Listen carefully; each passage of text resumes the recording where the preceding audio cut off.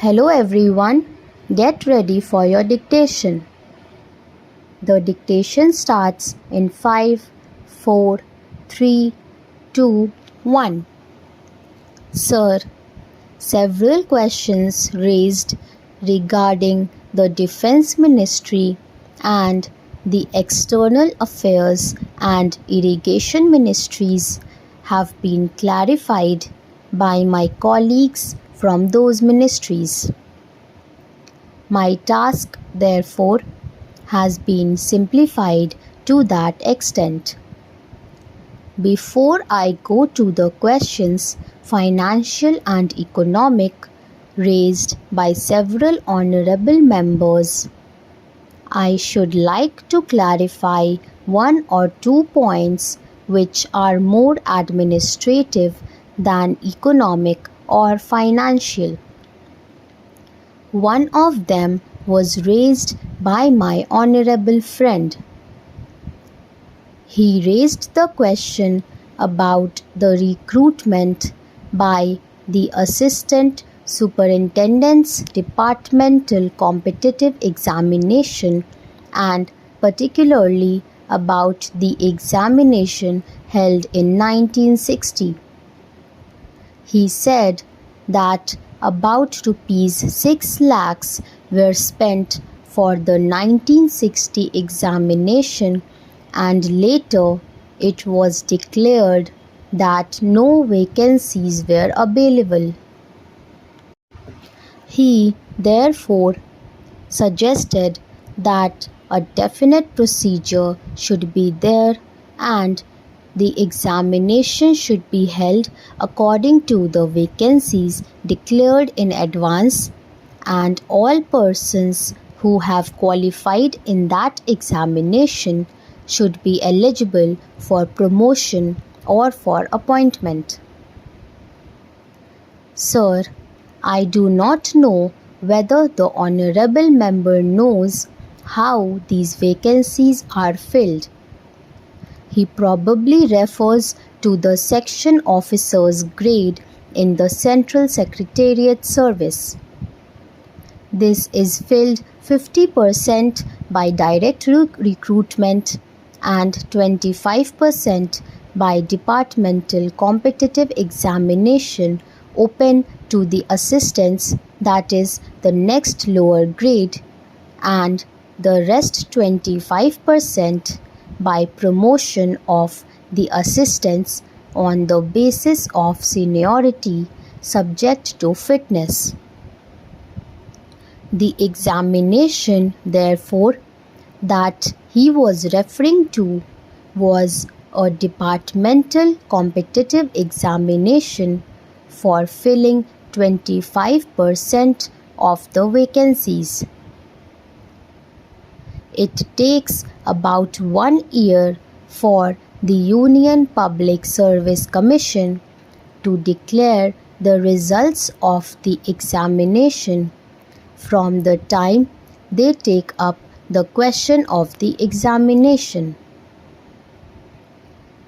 It is not, therefore, possible to declare the number of vacancies to be filled in from the very beginning. To declare them just when the results are out is more realistic, and that is what is done. Sir, if the examination is treated as qualifying examination, the number of persons who will thus become eligible for appointment will be quite unrelated to the number of vacancies to be filled in, and then the very situation which the honorable member wishes to avoid would arise. It would not then be possible to hold any of the examinations at regular intervals, and promotions against this quota would become very fitful. The honorable member also suggested that the rules for recruitment and promotion etc. should be uniform for all ministries, whether participating in the Central Secretariat Service scheme or not. It must be, and this is so, except for the Ministry of External Affairs and the Railways. These have different rules, but these rules are very much similar and there is not much difference.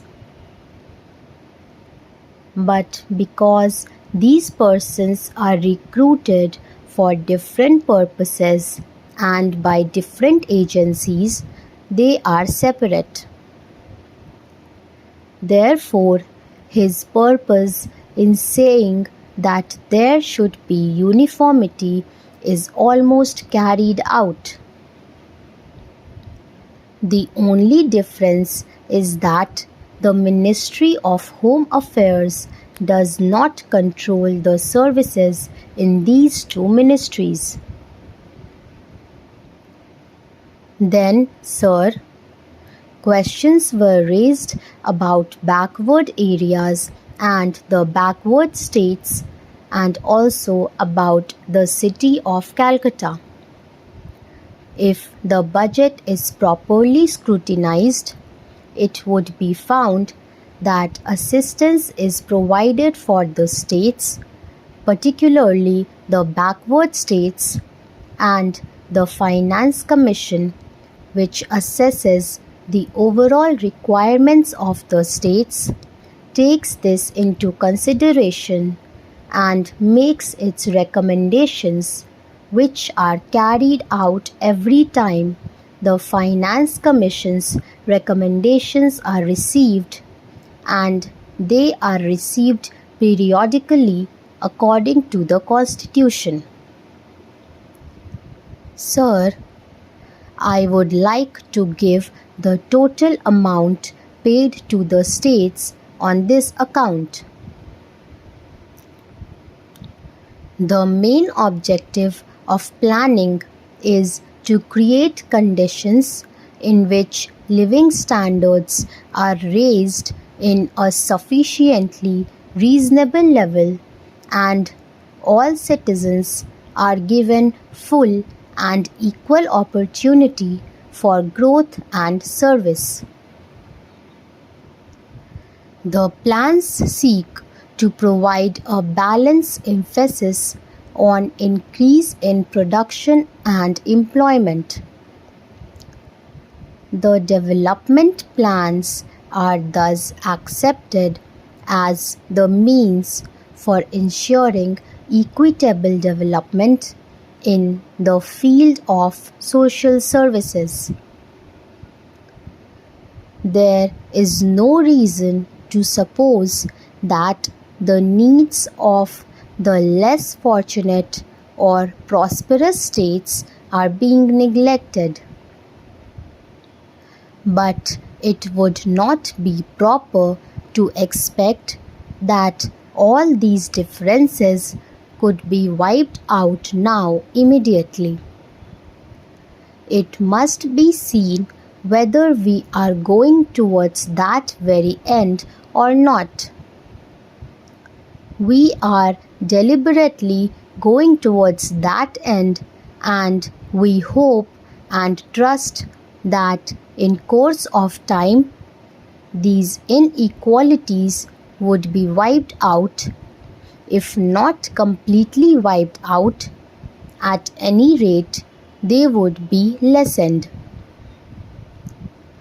My honorable friend complained about inadequate provision included in the plan for meeting the growing requirements of the city of Calcutta, where even the basic services like water supply, sewage disposal, and drainage were not being augmented, and that the central government was not enthusiastic about solving these difficulties.